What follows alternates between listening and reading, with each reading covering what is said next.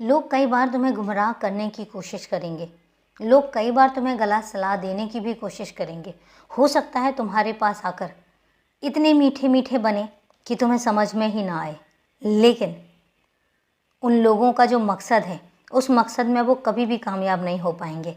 उसका कारण ये है कि मानसिकता जितनी भी बुरी क्यों ना हो, उसका अंजाम कभी अच्छा नहीं होता। अगर उनकी मानसिकता तुम्हें नुकसान पहुंचाने की है तो उनको वो मानसिकता लेकर चलने दो, आने दो उनको तुम्हारे पास। मैं बैठा हूँ और मैं कभी भी उन्हें सफल नहीं होने दूंगा, क्योंकि तुम्हारे अंदर इतनी ऊर्जा है, तुम्हारे अंदर इतनी सकारात्मकता है कि उनके गलत इरादे कभी कामयाब ही नहीं हो पाएंगे। इसलिए तुम परवाह मत करो। जो तुम आजकल मेरे दरबार तक आते हो, जो तुम आजकल मंदिर तक पहुँचते हो, तुम्हें पता है उससे तुम्हारे अंदर तो एक शांति मिलती ही मिलती है।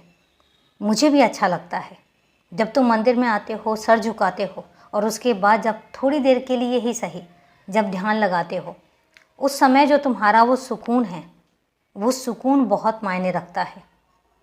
इसलिए इसको अपनी दिनचर्या में शामिल करो। दिनचर्या में शामिल करो कि चाहे थोड़े वक्त के लिए ही सही बैठो, सुकून से बैठो और मेरा ध्यान लगाओ।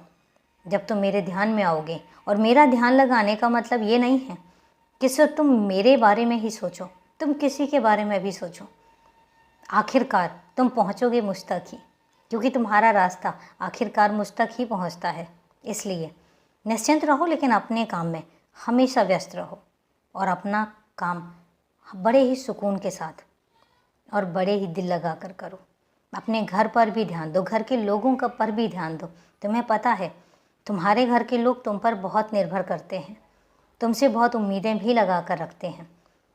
जो तुम सुबह से शुरू होते हो अपनी दिनचर्या में, उस दिनचर्या में खुश होकर जो भी काम करना है वो खुश होकर करो, क्योंकि हकीकत यही है कि काम तो तुम्हें करना है।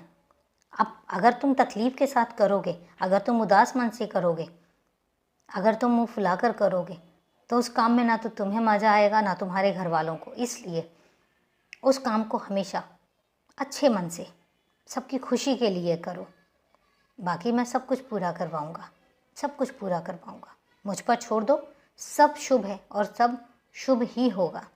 खुश रहो, सदा खुश रहो।